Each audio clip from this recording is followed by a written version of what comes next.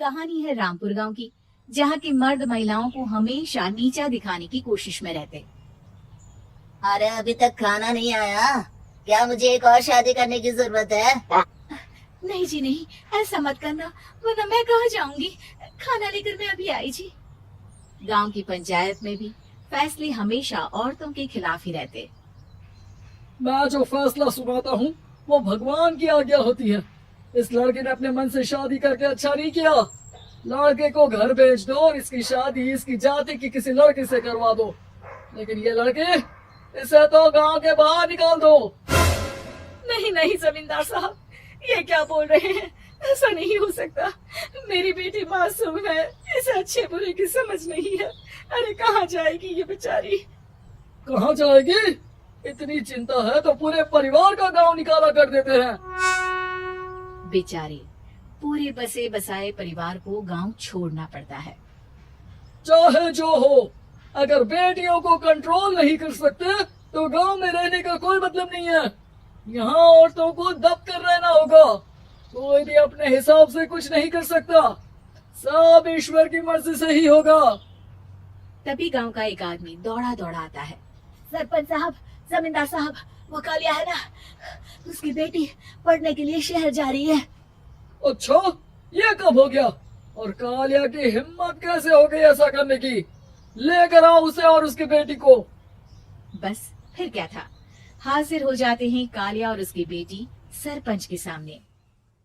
और कालिया, ये क्या सुनने में आ रहा है? बेटी को इंजीनियर बना रहा है तू? और ये बता, गांव में तो स्कूल नहीं है, फिर कहां से इतनी क्लास पास कर गई तेरी बेटी? राधा, जो कि कालिया की बेटी है, उसे लगता है कि सरपंच उसकी तारीफ कर रहे हैं।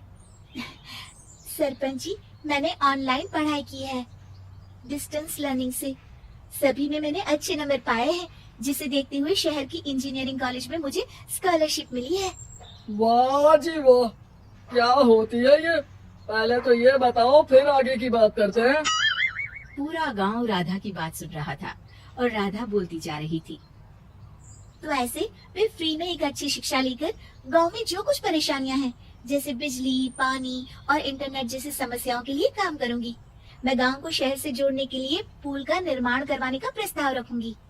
मुझे पूरी उम्मीद है कि जल्द ही हमारा गांव भी तरक्की की राह पर चल पड़ेगा। राधा की बात सुनकर सारे गांव वाले ताली बजाने लगते हैं। सरपंच को समझ नहीं आता कि वो क्या करे। चुप रह नादान लड़की, गांव के खिलाफ जाने के लिए तुझे गांव से बेदखल कर दिया जाएगा, वो भी पूरे परिवार के साथ। और हाँ, अगर ठीक से गांव में रहना चाहती है तो ये पढ़ाई लिखाई छोड़ दे। हम तेरे लिए गांव का कोई होनहार लड़का देखेंगे। तभी गांव का एक आदमी बोल पड़ता है। अरे नहीं नहीं सरपंच जी, राधा बिटिया जो बता रही है, अगर वैसा हो जाए तो हम लोगों को पैसा कमाने के लिए बाहर नहीं जाना पड़ेगा। हाँ जी, और ना ही कोसों दूर पानी के लिए भटकना पड़ेगा। हमारे बच्चे भी अच्छी पढ़ाई कर सकेंगे और आगे बढ़ेंगे, ना कि हमारी तरह खेती करते बैठेंगे। क्यों गांव वालों, राधा बिटिया का साथ देना चाहिए ना। सरपंच देखता है कि गांव राधा के साथ है तो वो चुप हो जाता है। वो घर आकर अपने सलाहकार से बात करता है, जो बहुत ही चालाक किस्म का इंसान होता है। अरे सरपंच साहब, आपको बहुत ही होशियारी से काम लेना पड़ेगा। एक बार गांव तरक्की कर गया, यहाँ के बालक पढ़ लिए तो कोई ना पूछेगा आपको। और फिर ये जो बेटा और बेटी है ना आपके, इनको भी आम लोगों की तरह ही जीवन जीना होगा। हाँ, लेकिन करे तो क्या करे? वो ना अब मुझ पर छोड़ दीजिए, बस मैं जैसा बोलूं करते जाइए। अगले रोज सुबह जब गांव वाले सोकर उठते हैं तो राधा के घर के बाहर और साथ ही वो लोग जिन्होंने राधा का सपोर्ट किया था, उनके घर के आगे लाल रंग से कल आऊंगी लिखा होता है। कल आऊंगी? यह क्या होता है? अरे यह तो खून से लिखा है, लगता है कोई भूत प्रेत या चुड़ैल का साया है। चलो सरपंच जी के पास चलते हैं। सभी सरपंच के पास जाकर उसे सारी बात बताते हैं। ओह, ये तो बड़ी मुश्किल की बात है। चलो, मैं एक बाबा को जानता हूँ, उन्हें बुला लेता हूँ। सरपंच बाबा को लेकर गांव के घर के बाहर जाता है। ओहो, तो ये वो चुड़ैल है जो उन लोगों को निशाना बनाते हैं जो गांव को बदलने का सपना देखते हैं। वो गांव को ऐसे ही संपन्न देखना चाहती है, वो नहीं चाहती कि कोई बाहरी यहाँ का कायाकल्प करे। क्या तुम लोगों में से किसी ने गांव को बदलने की सोच रखी है? तभी राधा की माँ रोते रोते आती है। मेरी राधा घर से गायब हो गई है। अरे कोई तो बचाओ, मेरी बच्ची कहाँ गई?